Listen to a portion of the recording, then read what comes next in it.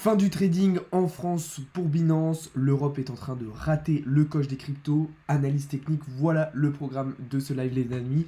Bienvenue dans cette nouvelle vidéo, dans cette nouvelle édition du JT de la crypto. Beaucoup de choses à dire aujourd'hui, plein de choses très intéressantes. Donc comme d'habitude, une première partie analyse technique. Dans un deuxième temps, on sera sur de l'analyse fondamentale puisqu'il y a des choses très intéressantes à dire de ce point de vue-là aujourd'hui. Et puis après, on parlera du cas Binance qui a donc arrêté le trading en France, qui va arrêter le trading en France. Et puis après, on parlera du coup dans une dernière partie de l'Union Européenne qui est en train de rater totalement le wagon, le train même carrément des crypto-monnaies et du Web3 en ce moment. Comme d'habitude, je vous invite à vous abonner si ce n'est pas déjà fait, à lâcher un petit like, etc. Ça ferait extrêmement plaisir et surtout à rejoindre le serveur Discord. Vous avez le lien dans la bio et dans la description, les amis. On va commencer tout de suite donc avec une analyse complète du marché et des différentes opportunités qu'on a en ce moment, puisqu'il y en a beaucoup.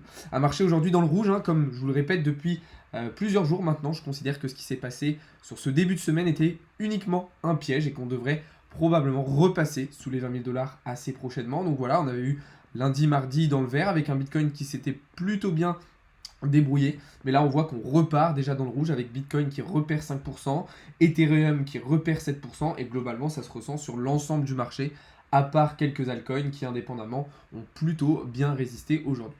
Du côté de l'indice Fear and Greed, eh bien, on est remonté un petit peu avec un indice à 11 aujourd'hui, mais évidemment on est toujours dans un niveau de peur extrême, rien d'étonnant de ce côté-là.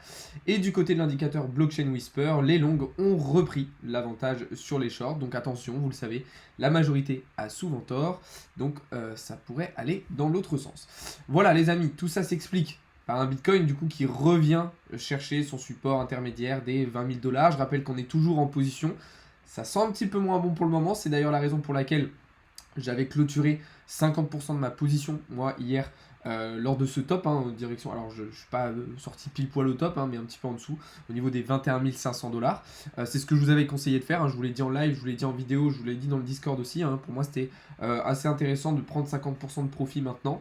Et puis, de toute façon, j'avais remonté mon stop loss au prix d'entrée. Donc, vous voyez que là, moi, je suis 100% sorti de la position avec que des gains évidemment. Donc j'espère que vous avez fait la même chose et que vous avez écouté mon conseil. Maintenant, à quoi on peut s'attendre? Eh bien, soit Bitcoin va de nouveau réussir à rebondir sur les 20 000 $ et repasser au-dessus du nuage d'Ishimoku pour aller chercher l'objectif ici des 22 600 $, soit cette fois-ci on va le casser et dans ce cas-là on va mettre en place le scénario que j'ai identifié et que je privilégie depuis maintenant plusieurs jours, c'est celui d'un retour vers les 17 000 $, un retest en fait vraiment plus important du support de Fibonacci, puisque je considère que celui qu'on avait eu la semaine dernière était vraiment faiblard, si je puis dire. Et puis, de toute façon, on n'était pas vraiment venu chercher le support, on s'était arrêté un petit peu au-dessus.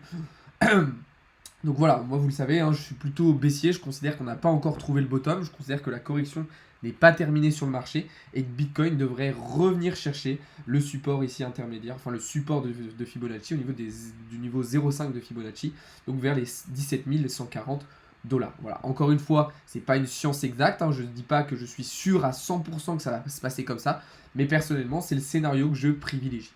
Donc voilà un petit peu ce qu'on pouvait dire déjà dans un premier temps sur Bitcoin. Donc comme je vous l'ai dit, moi je suis sorti complètement de ma position et je vais attendre soit des signaux de rebond sur les 20 000 $ pour reprendre position en longue, soit des signaux de cassure et dans ce cas-là, on prendra un short en direction des 17 800 $, puis vers les 17 100 $ comme je vous l'ai dit juste avant. Il n'y a pas que sur Bitcoin qu'il y a eu des opportunités puisqu'on s'est régalé aussi cette semaine dans le serveur Discord et la semaine dernière sur les altcoins. Déjà le début de semaine est ultra intéressant. Déjà sur le Solana on a pu prendre deux positions. Une ici en longue et hier en short. Donc là premièrement on avait très bien cassé ce triangle de compression descendant qui nous avait permis de venir chercher toutes les targets qu'on s'était fixées. Et puis là on a vu qu'on arrivait sur la prochaine zone de résistance, qu'on avait des chances du coup d'être rejeté par cette résistance. C'est exactement ce qui s'est passé et puis là ça nous a permis de prendre une très belle position. Alors moi personnellement là je suis complètement sorti, je considère que le nuage va peut-être faire office de support et nous permettre de rebondir dessus. Donc voilà, j'ai pris tous mes gains et je suis sorti du trade, mais c'était une position qui était là aussi très intéressante. Du côté du BNB, là aussi on s'est régalé avec la cassure de ce biseau ascendant qui a très bien cassé par le bas, qui nous a permis de venir chercher toutes les targets aussi qu'on s'était fixé. Donc félicitations à ceux qui ont suivi le conseil. Je rappelle que tout ça, je vous les partage en vidéo, en live, mais aussi dans le serveur Discord. D'ailleurs, c'est là que tout se passe. Donc je vous invite à le rejoindre encore une fois. Donc voilà pour le BNB. Là, on voit qu'il a bien rebondi sur le nuage d'Ichimoku. Donc on peut s'attendre probablement à un retour vers les 224 $ assez prochainement. À voir comment va se comporter l'ensemble du marché Bitcoin. Évidemment, on va rester dépendant de l'ambiance globale qu'on va avoir sur le marché. Ensuite, du côté d'AXS, alors là, on a eu une très très belle position ce matin qui s'est extrêmement bien passée. C'est allé super vite. Voilà, pattern descendant, triangle de compression descendant. On a attendu la confirmation de cassure. Boum, on est rentré, on est venu chercher notre TP. Et puis on a bien fait puisque TP1 touché, on remonte le stop loss au prix d'entrée. Pas de perte sur le trade, magnifique. Du côté d'Avax, là aussi quelque chose de très intéressant. Il va y avoir pas mal de choses très intéressantes sur Avax. Alors là, vous allez me dire, waouh, ton graphique, Alex, il est un peu blindé là, qu'est-ce qui se passe? Alors, pourquoi il y a autant de choses sur mon graphique sur l'Avax? Pourquoi? Parce que Avax est en train d'évoluer dans un range. Ok, il est en train d'évoluer dans un range. Alors, ce range, on peut l'identifier en H4, mais on peut aussi l'identifier en H1. Comme vous le voyez juste ici. Donc on a un range et au sein de ce range, on a un triangle de compression. Comme vous voyez, c'est un triangle de compression neutre, c'est-à-dire qu'on n'a pas forcément plus de probabilité de le casser par le haut ou par le bas. C'est pour ça qu'on a deux scénarios. En réalité, il y en a 4, mais il y en a deux gros. Soit on vient casser ce triangle par le haut. Et dans ce cas-là, on aura une première position ici qui sera intéressante. Prix d'entrée, prix d'entrée à la cassure du pattern. Objectif, résistance. Ok, rien de compliqué là-dessus. Un stop loss placé sur le plat du nuage, sur le niveau de Fibonacci, pardon. Très bon ratio risque-récompense, 2,36. Une fois qu'on a fait ça, on va surveiller si cette zone de résistance, elle va nous rejeter ou si elle va casser. Si elle casse, et bien dans ce cas-là, on pourra prendre un deuxième trade pour aller chercher tout simplement des targets en direction des 22,37 $. Là, le stop loss sera placé juste ici, et bien sur le prix d'entrée précédent. Et ça nous permet là aussi d'avoir un très bon ratio risque-récompense de 2,72. Ça sera pour le scénario haussier. Donc là, on a vu ça, je vais pouvoir vous l'enlever. Maintenant, si jamais on était amené à casser par le bas ce pattern, et bien là, même chose, il y aurait une première prise de position intéressante à prendre en allant chercher le support. Et là, même chose, on va voir si ce support, il tient. Dans ce cas-là, il nous rejette ou s'il casse par le bas. Et dans ce cas-là, il y aura une deuxième prise de position intéressante pour aller chercher ce niveau-là de Fibonacci, donc en direction des 12 $. Là encore, alors moi par contre cette fois-ci j'irai directement chercher le deuxième niveau de Fibonacci. Pourquoi? Parce que sinon j'aurais un ratio risque-récompense trop faible selon moi et c'est très très important, vous le savez, d'avoir un très bon ratio risque-récompense, toujours supérieur à 2 voire 2,5, c'est vraiment l'idéal. Donc voilà, là on a pas mal d'opportunités qui vont s'offrir à nous sur Avax. Maintenant il va falloir être patient et attendre de voir quelle direction on va prendre. Dans tous les cas, il y aura plusieurs opportunités à saisir. Voilà, je vous les ai toutes présentées les amis, maintenant vous savez quoi faire. Évidemment, je précise que ce n'est pas du conseil d'investissement et je vous conseille aussi de faire vos propres recherches avant de regarder tout ça. Du coup, voilà les amis, pour la VAX, on va pouvoir continuer tout de suite avec ce qui se passe du côté du DYDX qui ce matin nous a permis aussi de prendre une très très très bonne position. Là, le DYDX, tout simplement, on avait un triangle de compression en M15. Alors, on était plutôt haussier, clairement, sur le DYDX. On a attendu la confirmation de cassure du pattern et c'est parti, boum, on est allé chercher toutes les targets qu'on s'était prévues. D'ailleurs ça c'est un trade que je vous ai partagé gratuitement dans le Discord, c'était même pas pour les VIP, là je voulais vraiment partager pour tout le monde. Donc à partir du moment où vous étiez dans le Discord, vous pouviez profiter de cette opportunité. Donc d'ailleurs félicitations à ceux qui sont dans le Discord. Pour tous les autres, je vous invite à le rejoindre, vous avez le lien dans la bio. Ensuite du côté du TRX, et bien là on vient de rentrer en position tout à l'heure sur ce short, voilà. On avait un triangle de compression où cette fois-ci, voilà, j'étais un petit peu plus pessimiste au vu aussi de l'ambiance qu'il y a dans l'écosystème Tron en ce moment. On sait que le TRX est en difficulté et son stablecoin USDD aussi. C'est pour ça que là, j'ai plutôt été dans l'idée d'un short. Donc là, on vient de rentrer. Ça commence plutôt bien. Là, je pense que voilà, vous voyez qu'on est revenu chercher le prix d'entrée. Mais selon moi, on devrait aller dans la soirée chercher les targets qu'on s'est fixés. Donc là encore, c'est un trade que je vous ai partagé dans le Discord. Donc vous avez le lien dans la bio. Et pour finir, on avait aussi une prise de position sur le XRP, cette fois-ci en H1. Alors pour le moment, on n'est pas encore rentré sur le trade. Pourquoi là aussi je suis plutôt pessimiste pour XRP? Parce que voilà, XRP on le sait, toujours en difficulté, toujours en procès.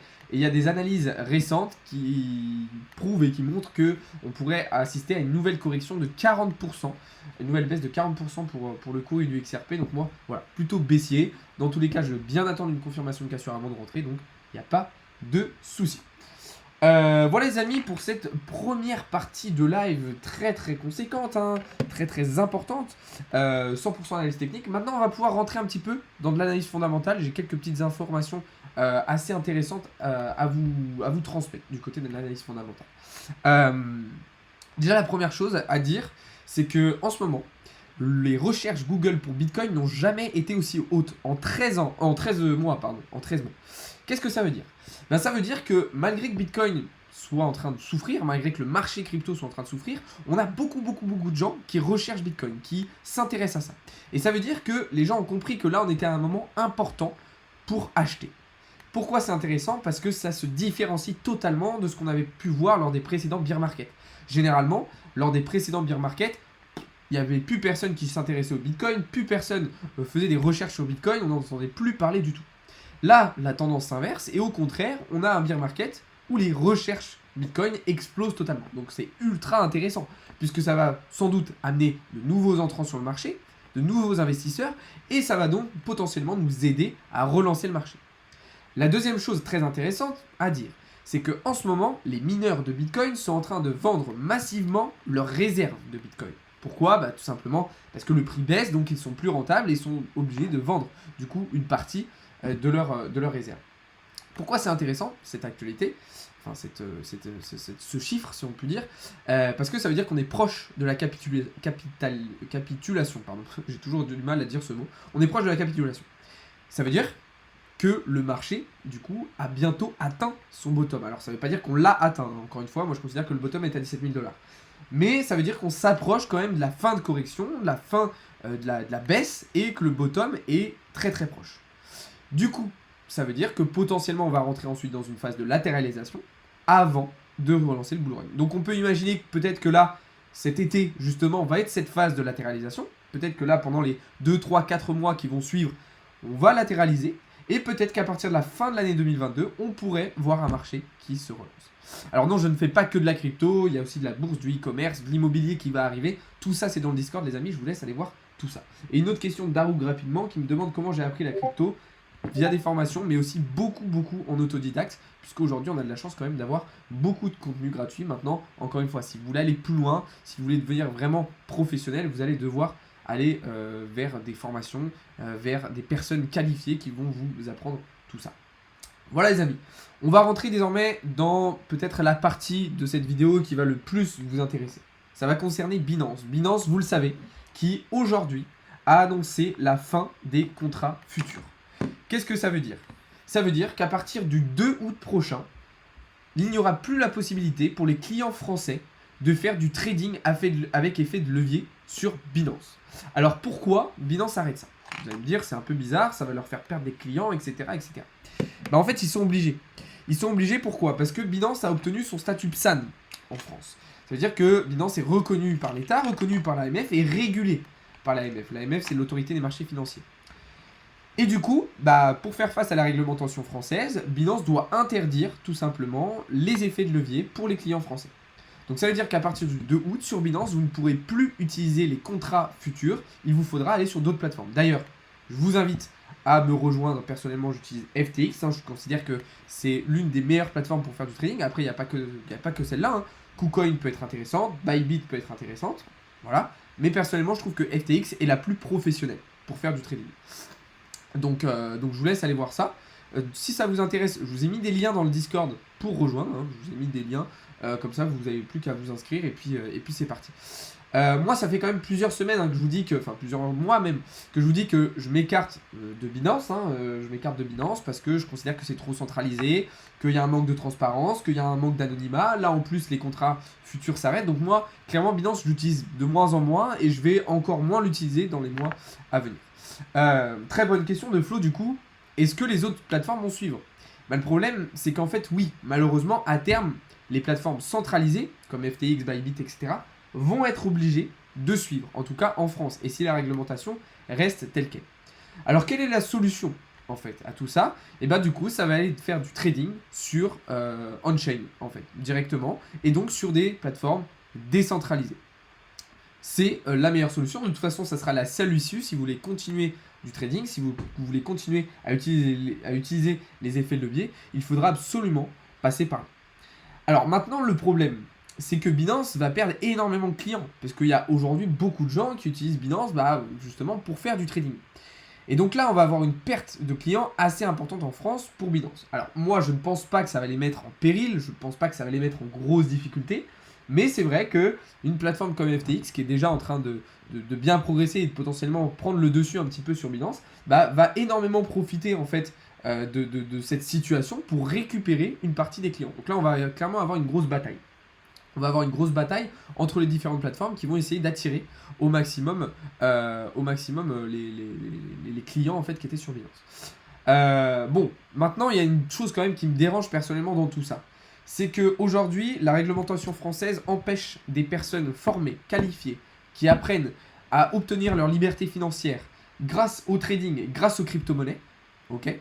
Mais par contre, en France, les casinos sont toujours existants, les casinos en ligne sont toujours existants, les sites de paris sportifs sont toujours existants, alors que c'est des choses beaucoup plus risquées, beaucoup plus aléatoires et qui reposent beaucoup plus sur du hasard, même totalement sur du hasard. Même si les paris sportifs c'est un petit peu différent, mais le casino, globalement, les machines à sous, etc., qu'on a sur les casinos en ligne, c'est du hasard.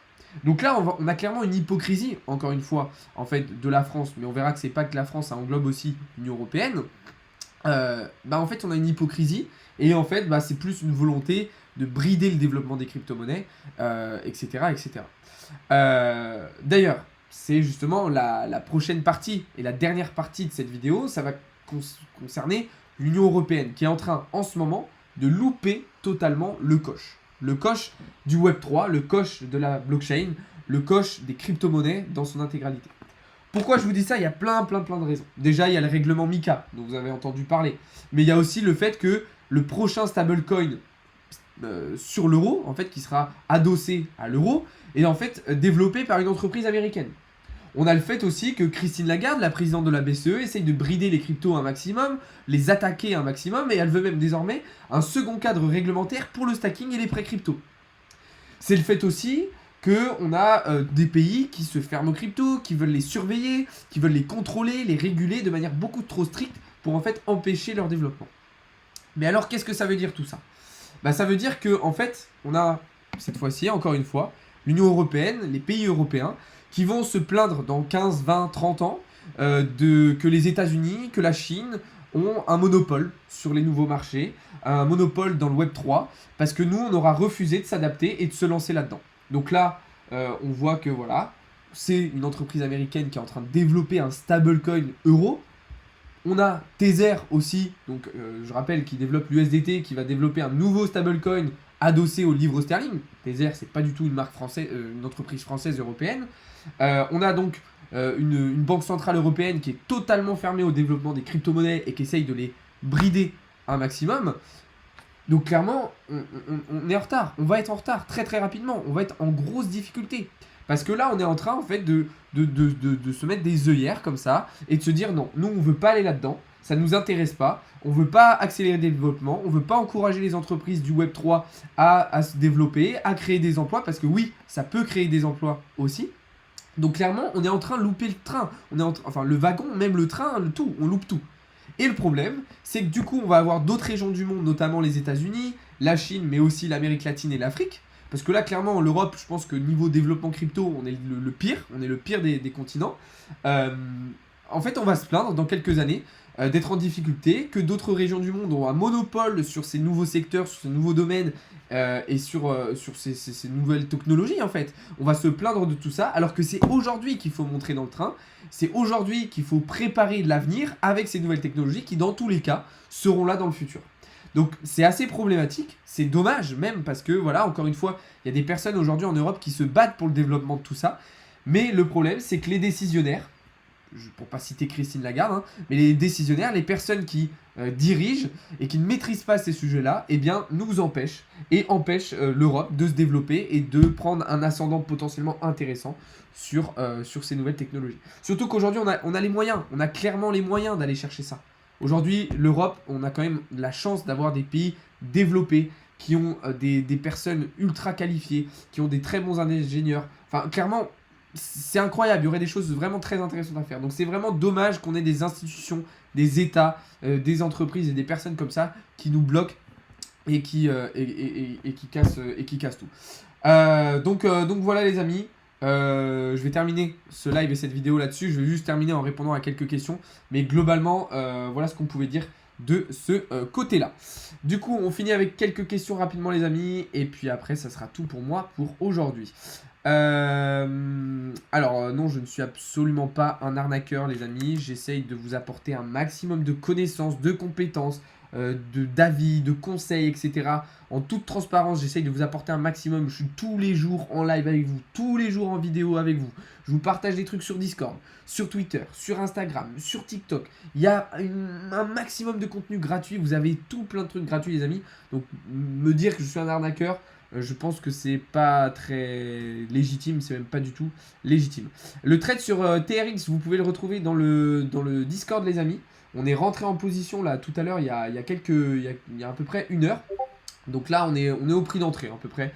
Là en ce moment, on est en prix d'entrée pour le moment. On est même en positif. Pour le moment on est en positif. Et on va essayer d'aller chercher les targets qu'on s'est fixés. Donc voilà, oui je pense aussi que ça viendra dans le temps. Je suis d'accord avec toi S4 Split sur le développement des cryptos en Europe. Mais malheureusement, je pense que si on ne rentre pas maintenant dans le train et qu'on ne prend pas maintenant le wagon, ça risque d'être extrêmement compliqué dans la suite. Donc voilà. Coucou, dis-moi le meilleur wallet s'il te plaît. Alors ça dépend. Quel wallet utiliser, ça va dépendre. Si tu veux un wallet décentralisé, MetaMask, Phantom ou même une clé Ledger vont être très très intéressantes. Après, il va y avoir vraiment des échanges décentralisés qui vont être très intéressants. Mais encore une fois, ça va dépendre de l'utilisation que tu vas avoir. Est-ce que ça va être pour faire du trading? Donc là, je vais te diriger plutôt vers FTX. Est-ce que c'est pour faire du stacking? Où là, il faudra aller sur des protocoles décentralisés. Est-ce que c'est pour faire de l'investissement long terme? Et dans ce cas-là, il faudra plutôt un MetaMask ou une clé Ledger. Ça va vraiment dépendre de ça. RSR sur le long terme, pourquoi pas? Mais personnellement, c'est pas une crypto que je regarde attentivement et sur laquelle je compte plus que ça. C'est pas nul, mais il y a beaucoup mieux selon moi aujourd'hui sur le marché. Je pense quoi d'Ether à court terme? Ether est en difficulté. Ether est en grosse difficulté en ce moment. On verra. Mais de toute façon, il va suivre Bitcoin. Donc si Bitcoin ne tient pas les 20 000, Ethereum repassera sous les 1000 $. En tout cas, les amis, merci à tous de m'avoir suivi sur ce live, sur cette vidéo. C'était un plaisir d'échanger avec vous encore une fois. Si ça vous a plu, si vous venez de me découvrir, je vous invite à venir me suivre sur les différents réseaux et surtout sur le serveur Discord, puisque c'est vraiment là que tout se passe. C'est là que je vous partage un maximum de choses. Mais je vous invite aussi à venir me suivre sur Instagram parce qu'il y a un concours qui va arriver prochainement, sur Twitter aussi. Voilà, venez me suivre un petit peu partout les amis. Pour ceux qui n'ont pas pu suivre le live en intégralité, je vous invite à venir voir la rediffusion que je vais mettre juste après sur la chaîne YouTube comme d'habitude. Et puis pour tous les autres, je vais vous souhaiter une très très bonne soirée, un très bon mercredi soir. On se retrouve dès demain matin pour davantage de contenu et davantage d'analyse. Salut à tous les amis, c'était Alex de Crypto Learning.